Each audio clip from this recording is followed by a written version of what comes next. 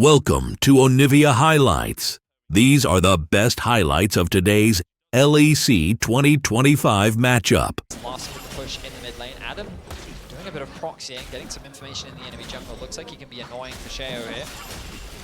Adam chasing out his former jungler.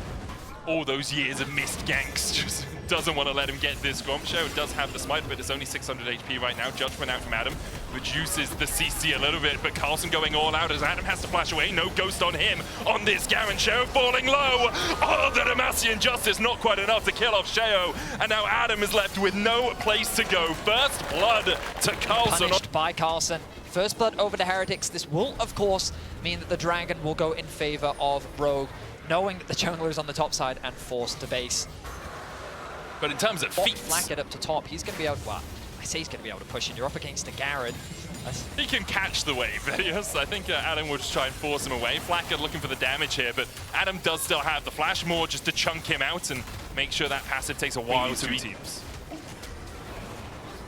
I am a little surprised. I would think that with a Varus, you'd have a little bit more power in the early game, especially with the Garen. Time. And he's already got enough CC that he can just lay it on top of the initial dive in by Sten. Misses the shattering strike. Adam looking for the flank down towards the bottom side. Has just TP back in. The Drake at 8,000. Patrick trying to poke Adam. Immediately collapsed on Nature's Grass coming out, but Camilo is the one who's caught.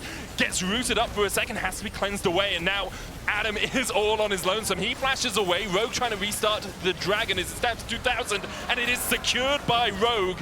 Sten knocked back with the blast cone, and in the end, Heretics can't find a full engage. Just gonna lose, but Adam already chunking his way through this tower. The wave almost cleared away. The backdoor bonus. Adam, another auto's gonna be enough. Rogue get the feelers.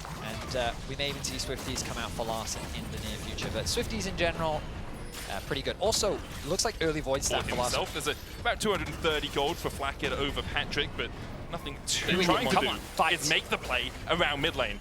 Sheo gets chunked out a little bit, and I think because of that... Carlson. Oh, you're just going to face check Carlson? He is! Execute goes in immediately. Chain of Corruption there for the follow-up. The CC on Carlson is absolutely massive, but he's still Cassante, and of course... Drake about to spawn as well. It just comes up. Rogue looking for this. Rift Herald is going to be placed in the mid lane. Sten's still on that flank position. Carlson TP's back into the fight.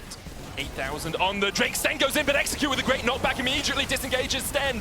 However, Larson's being chased out by that Chaos Storm. Execute on the front line, knocked back into Heretics. They find their second of the game, and Rogue are walking away wounded. Malrang still looking for the steal. If he can get in, almost gets there in time to steal it. Carson with the knockback. Sten looking for the flank once again. Adam having to flash away. Sten decides not to dive any further into the midst of Rogue.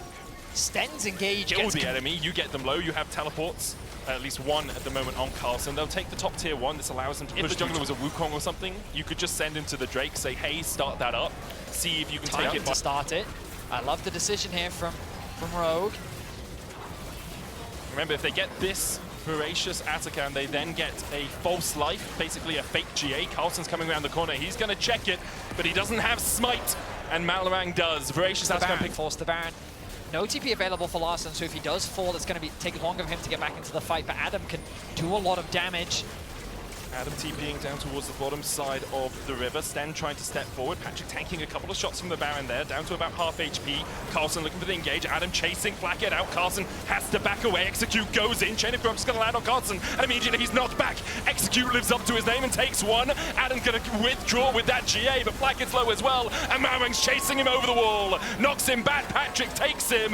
Now Camilo is in for a world of hurt. A shutdown for Patrick as Rogue find 4 kills. They did expend both their TPs, so I was a little worried, but the reality is that the damage that they're able to do, as long as it's enough to force them back, Rogue can come back out onto the map and immediately force another Baron. About a quarter left on that false life. They'll push in with the Baron buff as well, can play across 2 different lanes. Carlson just trying to stay out of range of Rogue here, but that's another tower go. They do have the Nature's Grasp from Malrang if they want to try and force Heretics off, and that's exactly what he'll use, as Heretics have to back away. Sheo is caught up, but that tower very quickly falling to Patrick and Larson. The tier 3 falls in the top lane. Adam's going to get the wave in mid as well to take out the tier 2 there. Down whoever the target is in front of them, and usually Rogue is just going to win out because they don't have enough peel to protect Flackett. And it's hard for Heretics to catch the backline as well. You've got Swift March on Adam, you've got Swift March on Patrick. Both of them have that extra movement speed. Larsen's upgraded his boots as well into whatever the Sorky upgrades were. Spellslinger's shoes. So they have all of this extra movement speed alongside extra stats coming out of it. As that death cap completed, and this Orianna is very, very strong. Problem for Heretics as well is finding access into this brush is a very difficult thing to do.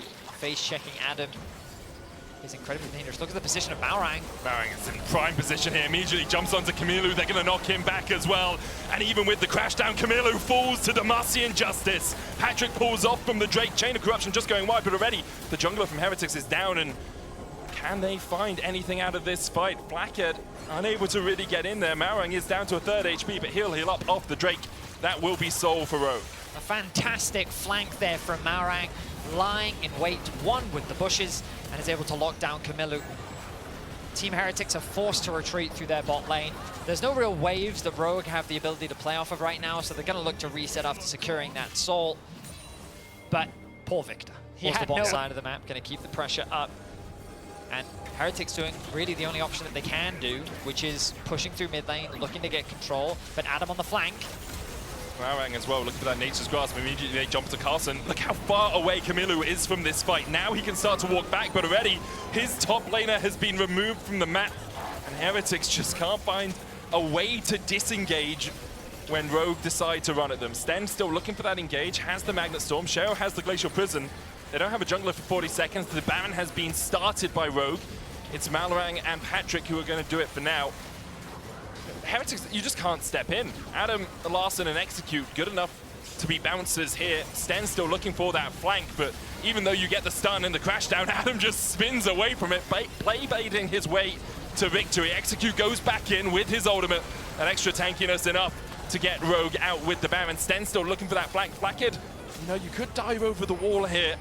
You hear the voices telling him to go. Sten went in, he'll dash back out. Wave pushing him mid. Top wave not quite in the right position for Rogue right now. Still too far away from that inhibitor to do too much. Blackhead trying to clear the wave out, but Adam just raises the tower.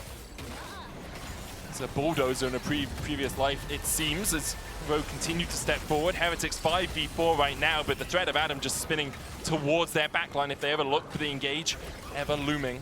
I feel like Rogue is way more cautious than they need to be. I guess they're relying on the fact that Adam can't be dealt with.